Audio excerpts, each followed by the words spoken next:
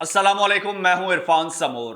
वो लोग जरा सामने आए जिनको लगता था कि ये पाकिस्तान तहरीक इंसाफ का हक छीन कर खा जाएंगे।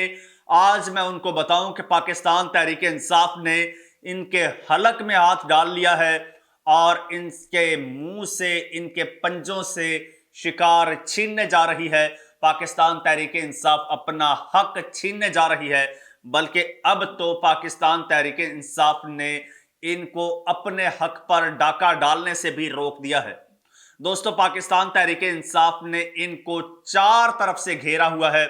चारों अतराफ हैं, चार अदालतों से घेर लिया है पाकिस्तान तहरीक इंसाफ ने, जिसके बाद इनके लिए मुश्किलात के पहाड़ खड़े हो गए हैं और जरदारी साहब जो हैं, उनका सदर पाकिस्तान बनने का ख्वाब तकरीबन चकनाचूर हो चुका है। दोस्तों, खबरें बड़ी हैरान कुन और चौंका देने वाली हैं जो आज आपके साथ शेयर करनी है, लेकिन उससे पहले आपसे एक बात जरूर कहना चाहूंगा। ये जो आपका मेन स्ट्रीम मीडिया है, जिसे आप न्यूज चैनल्स कहते हैं, सोर्स ऑफ इंफॉर्मेशन कहते हैं, ये सोर्स ऑफ डिस इंफॉर्मेशन है। ये इस वक्त प्रोपेगेंडा मशीन्स बने हुए हैं और मुसलसल प्रोपेगेंडा कर रहे हैं। दूसरी जानब ये वारदाती बारीक वारदातें डाल रहे हैं और इनसे आपने बचना है। मैं अल्हम्दुलिल्लाह इस छोटे से चैनल पर बैठकर इनकी बड़ी बड़ी वारदातों को एक्सपोज कर चुका हूं। आपका साथ रहा तो इंशाअल्लाह हम मिलकर इसी तरह से इनको एक्सपोज करते रहेंगे। दोस्तों, मैं जो अगला वीलॉग करूंगा इसके बाद, उसमें मैं मुकम्मल तौर पर इन लोगों को, आपके इस मीडिया के एक बहुत बड़े प्रोपेगेंडे को तफसील के साथ एक्सपोज करूंगा, आपके सामने रखूंगा कि ये किस तरह से ये मीडिया प्रोपेगेंडा करता है। उसके लिए एक अलग से वीलॉग होगा।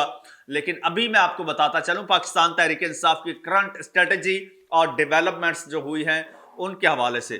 दोस्तों, एक तो पाकिस्तान तहरीक इंसाफ की जो मखसूस नशिस्तें थी, पहले तो उनकी नशिस्तें छीनी गई और उनकी जो आम इंतखाबात में पाकिस्तान तहरीक इंसाफ ने नशिस्तें जीती, फॉर्म 45 पर जीती, वो फॉर्म 47 पर जिस तरह से छीनी गई, उस हवाले से पाकिस्तान तहरीक इंसाफ इस वक्त केसेस लड़ रही है। अदालतों में केसेस हैं, चाहे इस्लामाबाद हाई कोर्ट हो या फिर इलेक्शन के ट्राइब्यूनल्स हों, उनमें उसके केसेस चल रहे हैं और वो सीटें तो पाकिस्तान तहरीक इंसाफ वापस चाहती है।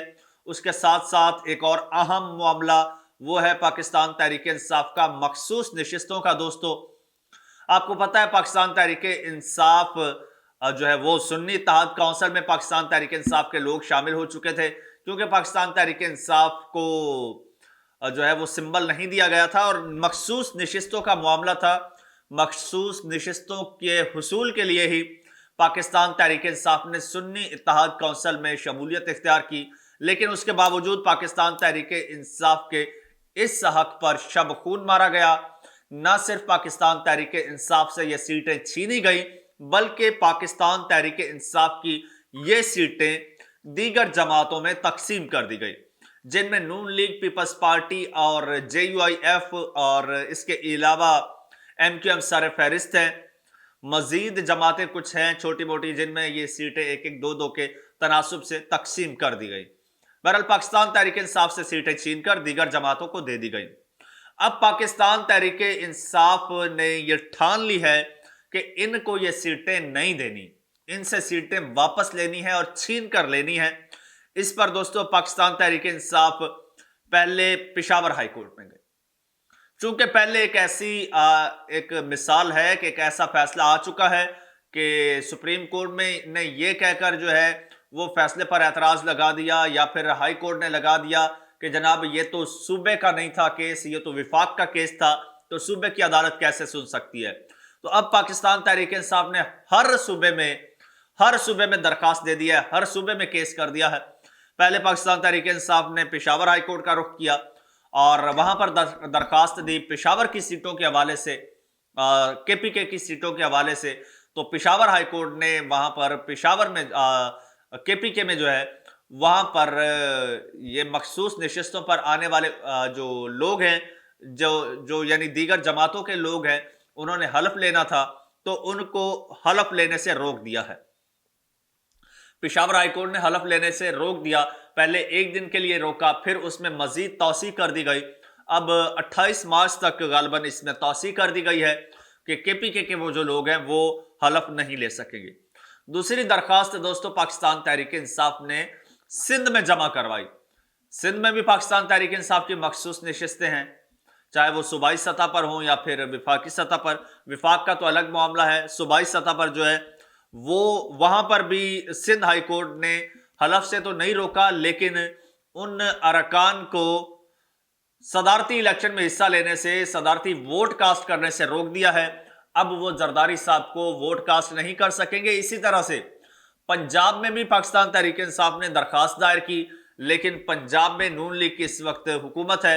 नून लीग ने जनाब पंजाब में लाहौर हाई कोर्ट का फैसला आने से पहले नून लीग ने उजलत में असेंबली का इजलास तलब किया, वहां पर उन अरकान से फिल फॉर हलफ ले लिया ताकि कहीं अदालत से स्टे ना आ जाए।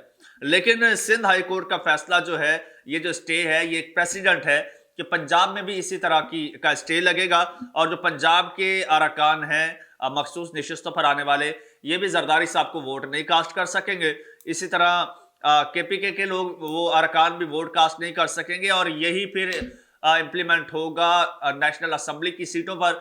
और पाकिस्तान तहरीक इंसाफ के कुल मिलाकर कोई 57 के करीब सीटें बनती हैं सूबाई और कौमी असेंबली की मिलाकर, जो मखसूस नशिस्तें हैं, तो उन सब पर जो है वो स्टे ऑलमोस्ट लग चुका है। और ये स्टे जो है ये जरदारी साहब के लिए एक बड़ी चैलेंजिंग सूरत हाल इख्तियार कर चुका है। इनमें से कुछ ऐसे लोग जिन्होंने हलफ ले लिया है और अदालती हुक्म की खिलाफ वर्जी करते हुए जरदारी साहब को आज वोट कास्ट करते हैं, तो कल को यकीनन इसका फैसला आ जाना है और ये सीटें पाकिस्तान तहरीक इंसाफ को जैसे ही मिलती हैं तो जरदारी साहब धड़म से गिर जाएंगे।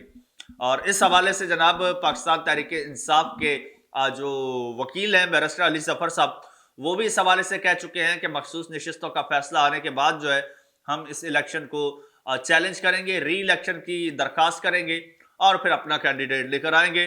बहरहाल इस वक्त जरदारी साहब के लिए ये बहुत चैलेंजिंग सूरत हाल हो चुकी है।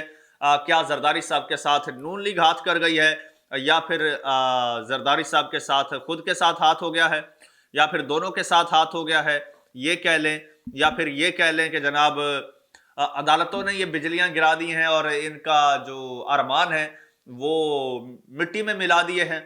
बहरहाल इनके अरमान जो हैं वो आंसुओं में तो नहीं लेकिन असेंबलियों से बह चुके हैं।